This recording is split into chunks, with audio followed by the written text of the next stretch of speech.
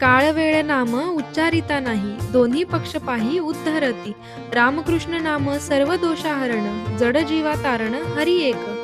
हरी नाम सार जिव्हा या नामाची, उपमा त्या देवाची कोण वानी. ज्ञानदेवा सांग झाला हरिपाठ, पूर्व जा वैकुंठ मार्ग सोपा. अर्थात देवाचे नाव घेण्यासाठी कोणतीही विशिष्ट वेळ, काळ किंवा मुहूर्ताची अजिबात गरज नसते. तुम्ही चालताना, बोलताना, कोणतेही काम करताना ईश्वराचे नाव घेऊ शकता. या शुद्ध नामस्मरणामुळे माता आणि पिता अशा दोन्ही कुळांचा उद्धार होतो.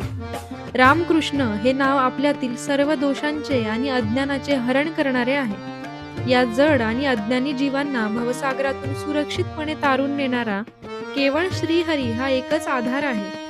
ज्या जिभेवर देवाचे नाव सतत असते, त्या जिभेचे भाग्य आणि महती वर्णन करण्यासाठी शब्दही अपुरे पडतात. माऊली सर्वांना आवर्जून सांगतात की संपूर्ण हरिपाठ श्रद्धेने केल्याने केवळ आपलाच नाही तर आपल्या पूर्वजांनाही वैकुंठाचा मार्ग अत्यंत सोपा होतो.